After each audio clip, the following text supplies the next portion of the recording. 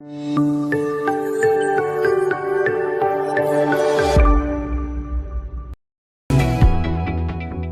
get back to more of your calls and your text.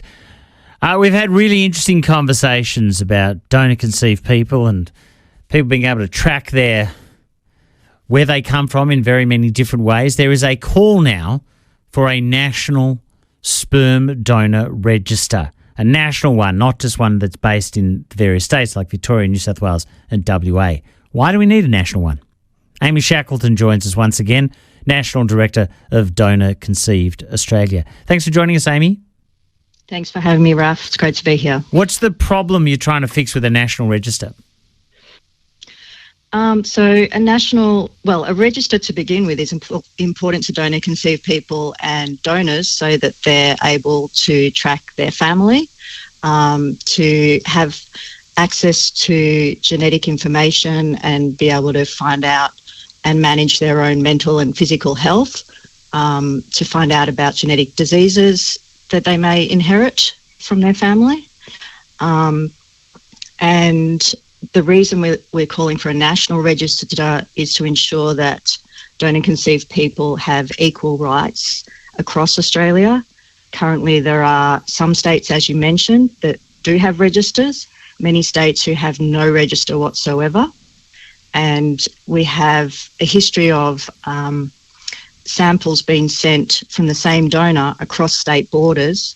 So siblings conceived in different states who have different rights to information, even though they're all related to the same donor. And tell me if I've got this right, Amy, there are limits in some states about how many people a sperm donor can donate to. How would a national register affect that?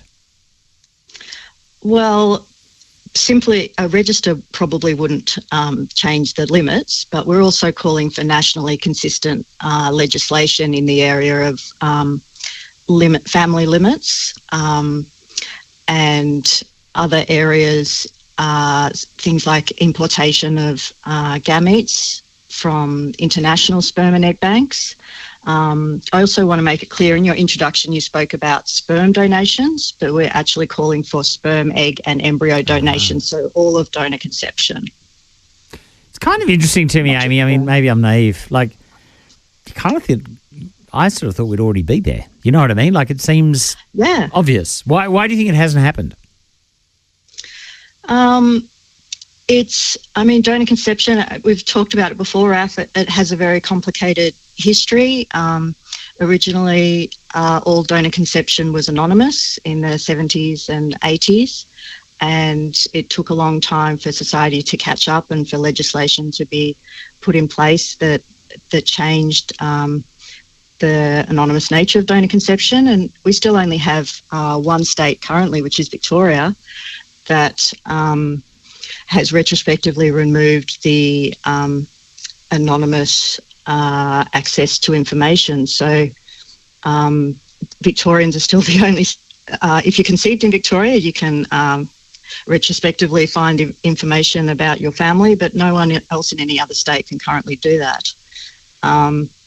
We're just looking for a national register to bring all of the information together in one place, to keep it for perpetuity for all donor-conceived people, yes, but also for future generations, to ensure that their children and their children's children can find the information if they decide to look for it.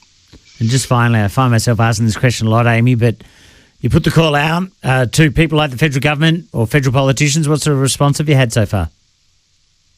We're working with a number of states, and we're just in the early stages with the federal government, but we're feeling very positive about our call so far. Okay. So it's going well. I would like to also say to you, while I'm here,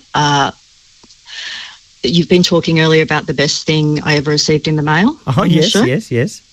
So I don't know if you recall the previous time I spoke to you. The best thing I ever received in the mail, and many donor-conceived people, it was a letter from the government which told me I was donor-conceived at the age of 39 and told me my true genetic heritage and allowed me to find out what was really going on for me and led me to my truth. And I'm incredibly grateful for that letter, and that was definitely the best thing I ever received in the mail. Well, I'm grateful for you ending with sharing that, Amy. Thanks so much. Thank you for having me, Raf. Amy Shackleton, the National Director of Donor Conceived Australia, calling for a national donor register.